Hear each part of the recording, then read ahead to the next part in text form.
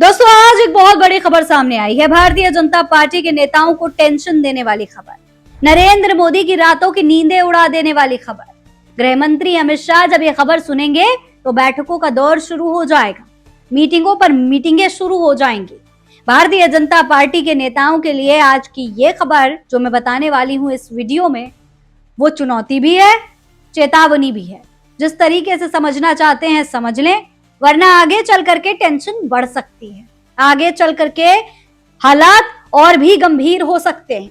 आखिर ऐसी क्या खबर सामने आई है जिसके बाद प्रधानमंत्री नरेंद्र मोदी के लिए आज की रात भारी पड़ने वाली है। आज पूरी रात मोदी जी सोच विचार में पड़ जाएंगे कि जिस हिंदुत्व का सहारा लेकर के अब तक तमाम राज्यों में चुनाव जीते, सत्ता बनाई रखी, अब वही हिंदुत्व भारी पड़ता हुआ नजर आ रहा है।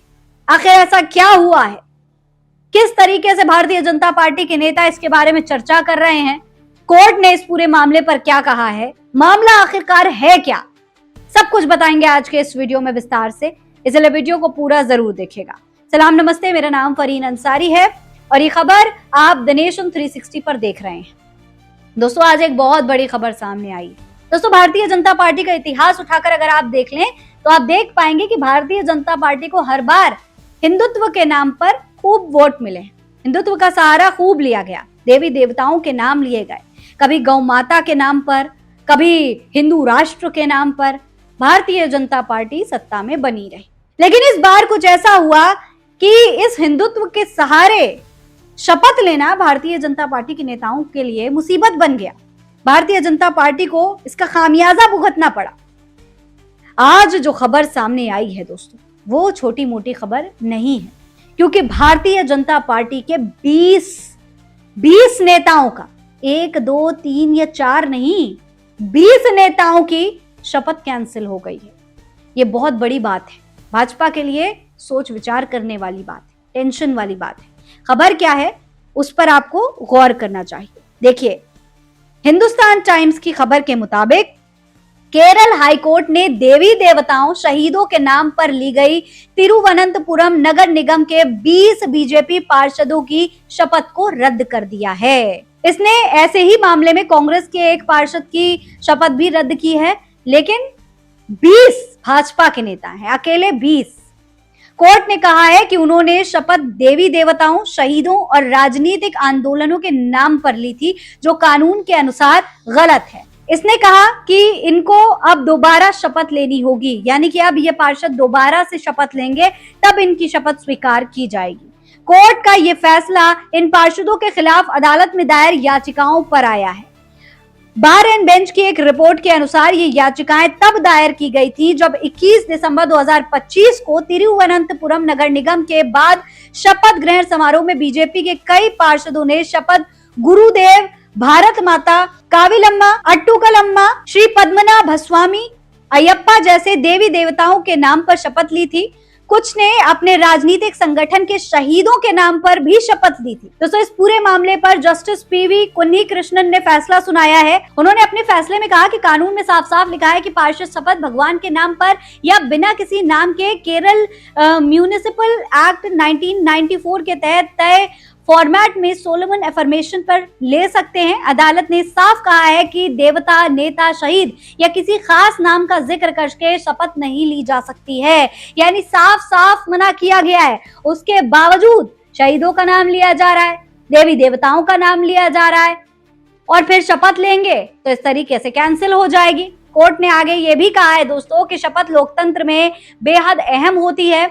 ये वादा होता है कि चुनाव हुआ प्रतिनिधि ईमानदारी के साथ काम करेगा, संविधान का पालन करेगा और लोगों की सेवा करेगा। इसलिए शपथ बिल्कुल कानून के अनुसार ही होना चाहिए।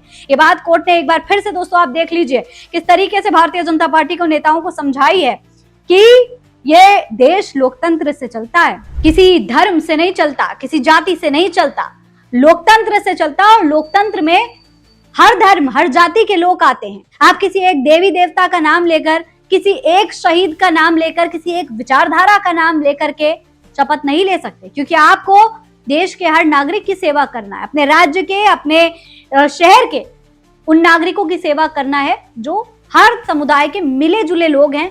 समाज को बनाते हैं। दोस्तों सिर्फ इतना ही नहीं, कोर्ट ने यह फैसला सुनाते हुए श्री नारायण गुरु के प्रसिद्ध संकेत का भी जिक्र किया, जिसमें कहा गया कि एक जाति एक मत एक देवम मनुष्यनु। इसका मतलब है कि मनुष्य के लिए एक जाति एक धर्म एक ईश्वर है। मनुष्य के लिए आपको सेवा करना है, आपको किसी जाति धर्म का नाम नहीं लेना है। साफ तौर पर भारतीय जनता पार्टी को इस बार भी ये बात समझाई गई है। इसके अलावा देखिए, खबर में जिक्र किया गया है कि कोर्ट ने राज्य चुनाव आयोग को निर्देश दिया है कि इन सभी पार्षदों को 4 हफ्ते के अंदर दोबारा सही तरीके से शपथ दिलाई जाए। इसके अलावा कोर्ट ने यह भी साफ कर दिया है कि पार्षदों को अपनी सीट नहीं खोनी पड़ेगी।